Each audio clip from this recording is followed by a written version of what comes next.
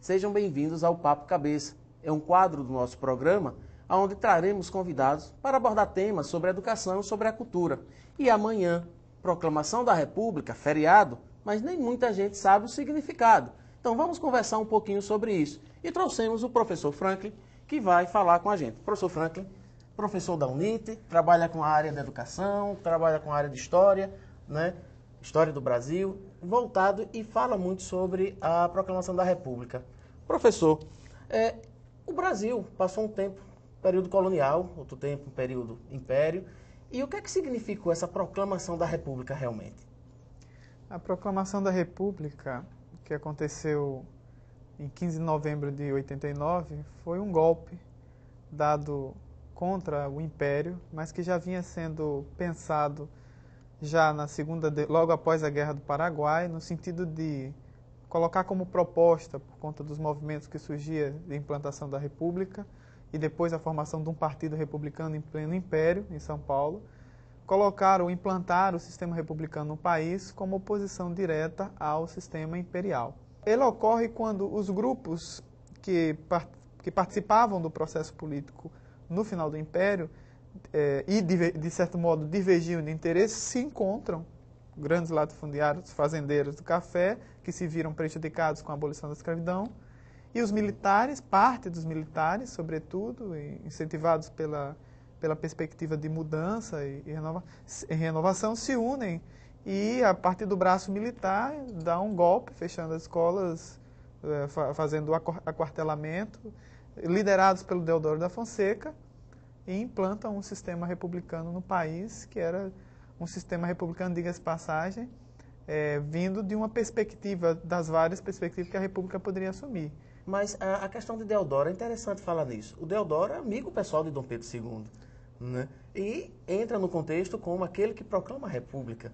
Deodoro era um monarquista, mas dentro das Forças Armadas tinha um grupo positivista ortodoxo, liderados por Benjamin Constant, um grupo jovem de tenentes também que pediam a intervenção, e Deodoro assume, portanto, enquanto militar, o papel de proclamar a República.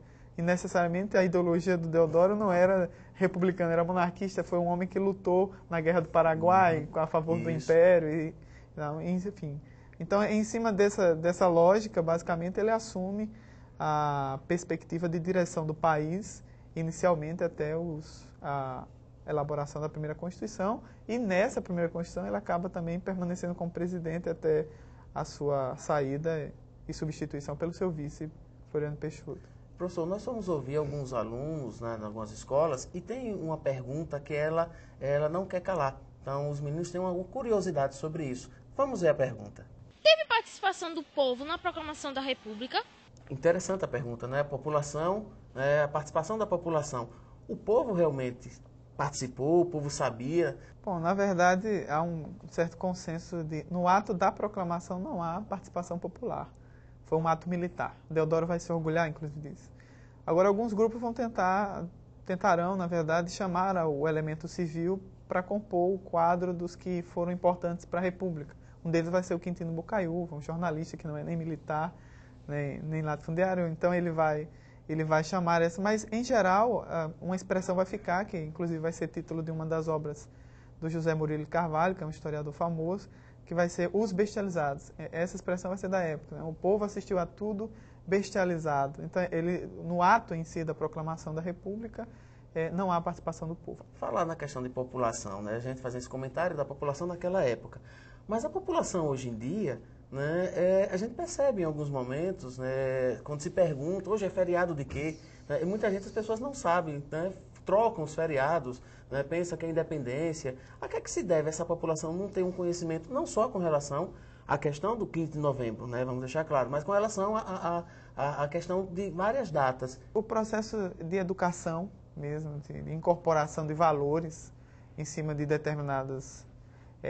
você não vê, na maioria delas, não é só com a proclamação da República, né? Você tem outras manifestações, outras datas que não são lembradas, não são percebidas. As datas cívicas precisam ser melhor pensadas no processo de educação. Acho que o processo está na educação. O que é que a gente poderia dizer para essa população, para esse professor, para o colega que está assistindo a gente, né, para o estudante que está assistindo a gente nesse momento, né, como pensar a República hoje? Bom, eu percebo que, na verdade, é um momento dele pensar qual é o seu papel hoje dentro do sistema no qual ele vive. Então, refletir sobre isso é refletir também como pensá-lo como um sujeito ativo e participativo. Quais as contribuições que ele pode, nesse sentido, no seu dia a dia, dar para melhorar o sistema. Professor Franklin, nós temos a agradecer a sua participação, esses esclarecimentos, até porque a história é muito importante e o povo que não conhece sua história, né, ele acaba tendo alguns problemas no seu dia a dia, na sua prática, né? Mas eu vou pegar um presentezinho, uma lembrança do nosso matéria-prima, que é o Guia do Estudante 2010, que é dos nossos amigos da Infographics, né? E desejando que o senhor retorne mais vezes ao nosso programa. Eu que agradeço. Não saia daí. Matéria-prima volta já, com muito mais educação e cultura para você.